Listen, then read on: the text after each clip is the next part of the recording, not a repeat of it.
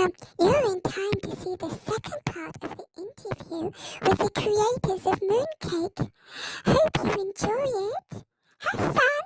And I've worked in Hong Kong as an actress and theatre maker, and all of these discoveries about inclusivity, diversity, it's pretty new to me, because obviously when I was in Hong Kong I was the majority. But interesting fact, if you're a white person working in Hong Kong, you still get the advantage because they need English-speaking theatres, and like there's loads of jobs going for English-speaking roles for children's theatre or like international companies. So it still Maybe feels. I should have gone to Hong Kong. You do really well in Hong Kong. I think that was like there's such. When I left in 2014.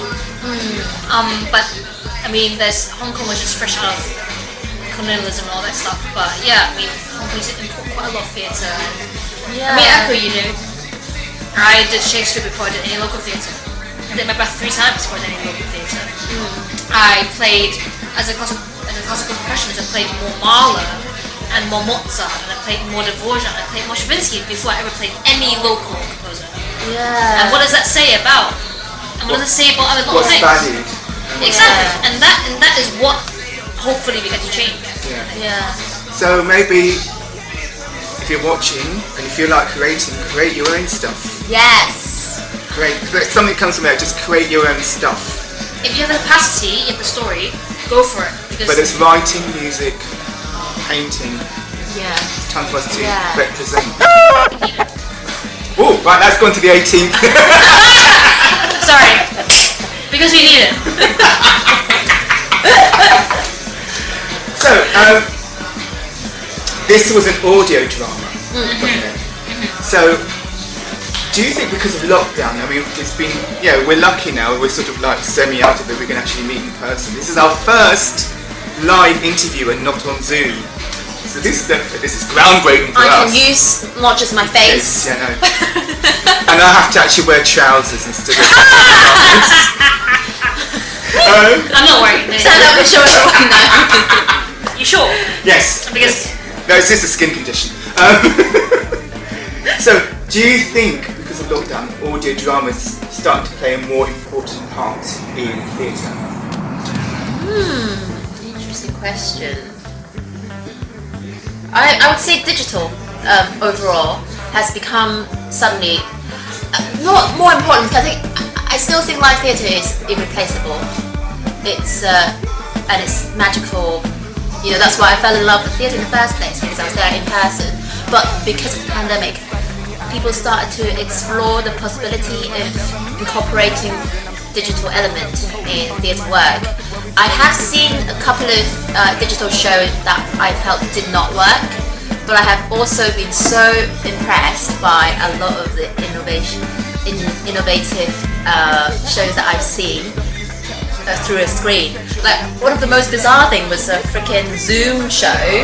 I think, and they somehow rehearse it so that they know where the actor is. Okay. And they can look at each other and have a conversation. And like, for me, that's like, wow, like it's a little thing, but it's like people discovering how to create a conversation as close to a real person as possible in a pandemic. And I think that to me is creativity through a pandemic and survival, really. What about you? I agree. I think my audio drama work has skyrocketed since the pandemic and since lockdown. I see it as a more accessible way of accessing stories, and I think we should continue the dedication and the funneling of funds into high quality work. Podcasting and digital work is so important, as is, I did the Zoom kids. I didn't like it, but I think it's important. I think our exploration into digital means is, it showcases more so than ever how we can actually, if we actually, thought about it and we actually put a resource into it, you can make theatre and experiences and stories very accessible. And I think that way I see my audio drama work skyrocket since last year. Yeah. I'm seeing my language, like I've been designing better. I think I've but I know the language of audio design more well versed in it, but I want to continue to do my work. I don't want to see to go like, oh, you know what, I'm gonna go back to live theatre and only solely Q live. Yeah, Nicola. And also the advantage of digitalizing, audio drama and theatre is the fact that you can reach a wider audience. Like, I'm gonna send my mom this. Like, she wouldn't she hasn't seen any of my work since I've moved to the UK, and now she can like listen to Mooncake, and I think that's sort of the silver lining. International is more. It's sort of like almost like a time capsule. I think a lot of live audiences, live performances only exist within a 3-week or 3 March, and now you have an audio play that exists over centuries and over time, and it's a story that will keep being retold and retold. It's important. So I do this. Apart from this, I do other audio dramas, and like I love the fact that they're going to be there forever to listen to and to learn from. So what next, you guys? More audio dramas, it sounds like. Annual More leave. collaboration? Annual leave. Annual leave. Annual leave. I've got nothing going on. So yeah, after you've seen this interview, it's like, oh my god, let's give Bella a job. Give her a job. She's fantastic. Great. How do people get hold of you? Through my spotlight, or you can just give me a DM. I think the easiest is social media. But what's your social media? It's Bella with Love. It's just one word, Bella with Love. It's the same, and it's the same for Instagram, Twitter, YouTube, which I don't really use. But yeah, and I've got a website too, isabella.com.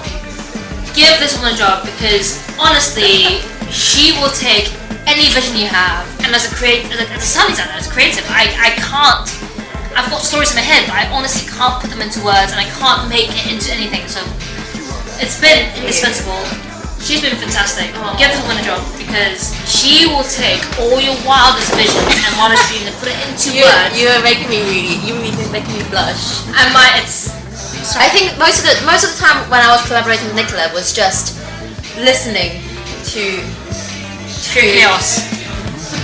and just going, okay, that's great. Yeah.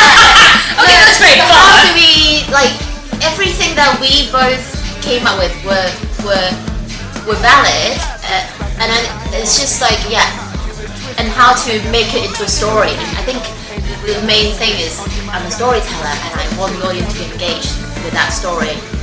And I think, and then the rest of the collaboration was just bantering, really. It's not a lot of banter, but for me, I'm a sound designer, I'm a creative, but I think about what you listen to so much, and so I'm like, but Bella, I just want them to be in the kitchen. Like I just want them to be in the kitchen.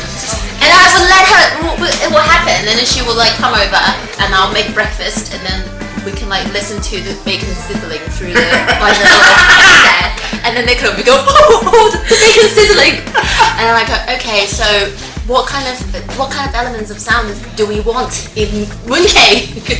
I don't care, the bacon sizzling, and it sounds really great in my left ear. I know, why didn't we put bacon sizzling in Mooncake? Because you don't put bacon in Mooncake. But that's honestly, a good idea. That's why they have like bacon waffle. Exactly, but hire this woman, because she will take your things that are just right, like just things that are just in your head that are just fantasies, and she'll put it into words, and then make someone else say it, and it'll make so much sense. Abracadabra.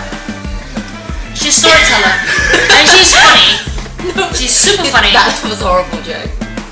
That just made it really awkward now, because it wasn't funny. What wasn't funny? Sorry. Well, the abracadabra wasn't. Well, that wasn't funny, but she's a very funny person. No, but this is funny now that I'm embarrassed. Now that I've said that it's funny, maybe no one's gonna find it's funny.